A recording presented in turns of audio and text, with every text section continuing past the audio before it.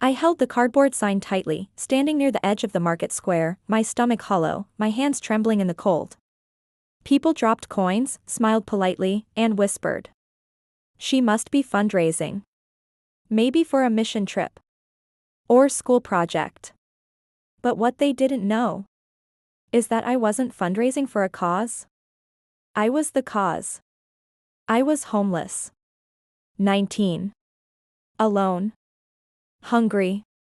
And no one, not even the ones who handed me money, knew the truth.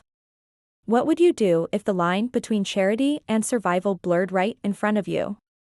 Have you ever misjudged someone just because they smiled through pain? Subscribe to Secrets of the Case now. Because the story you're about to hear is not just true. It's someone's entire reality. My name is Kendra Owens. I grew up in a small town outside of Chicago. My mom worked nights at a local diner, and my dad, well, I never really knew him. But we were okay. I helped mom with bills. I had dreams, college, journalism, a small apartment with plants I'd forget to water. No home. No Baku, I got decent grades. I had plans. But then came the car accident. Mom was gone in seconds. And just like that, I had no family. After the funeral, I tried to stay afloat. I moved in with a cousin who only lasted 3 weeks before saying, "Girl, you gotta figure things out." I got my own life. So I figured it out. I tried couch surfing. Staying at youth shelters.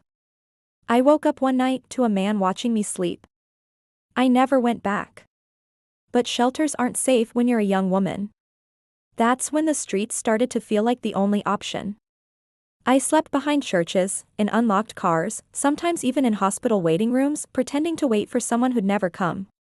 And every morning, I cleaned my face in public bathrooms, tied my hair into a bun, and went back to pretending. The sign was a piece of old cardboard I pulled from a dumpster. I didn't want to write, "I'm homeless." It felt too raw. Too permanent. So I wrote something vague. Support my journey. Anything helps. People assumed I was raising money for school. For a trip. For church. And honestly, letting them believe that made me feel human again. One rainy afternoon, I stood outside the local coffee shop with my sign. A man in his mid-30s in a blue raincoat stopped, looked me over, and said, "You fundraising for something? School?" I nodded slowly. "Yeah, something like that." He handed me a $10 bill and said, "Good luck. We need more girls like you chasing dreams." I sat under the awning after he left. I didn't spend the money. I just held it.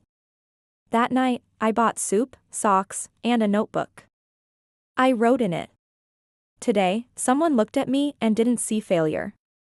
One morning, a teenage girl about 17 walked up to me with a smoothie and asked bluntly, for the first time in months, I told the truth. "What are you raising money for?" I hesitated.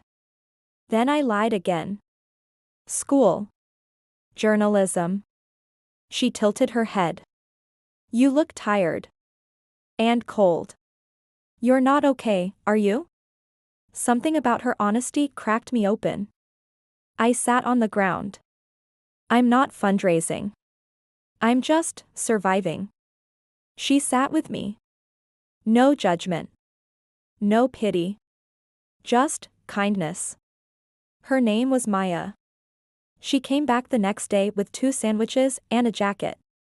A week later, Maya posted about me online. Not a picture of my face, but my story. She wrote, "We walk past people every day. And assume. Some of them aren't fundraising. Some of them are just hoping to make it to tomorrow." The post went viral. Hundreds of shares. Then someone tagged a local nonprofit.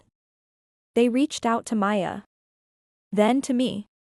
2 weeks later, I had a room at a transitional housing center. And a scholarship fund, started by strangers. It's been 2 years now. I'm back in school. Journalism major. And I volunteer with homeless youth outreach. I talk to girls who remind me of myself, scared, angry, invisible. And I tell them, you are not a cause to be pitied. You are a story still being written. I still keep that cardboard sign folded in a drawer, as a reminder of how close the world came to never hearing my voice. They thought I was fundraising, but I was just homeless. Until one person looked beyond the surface. Until someone asked, not assumed, what would you have done if you saw me on that sidewalk? Have you ever walked past someone, assuming you knew their story? Share your thoughts in the comments below. Let's talk. Let's listen. Subscribe to Secrets of the Case for more powerful, emotional stories like this one. Because sometimes, the ones we ignore are the ones who need us most.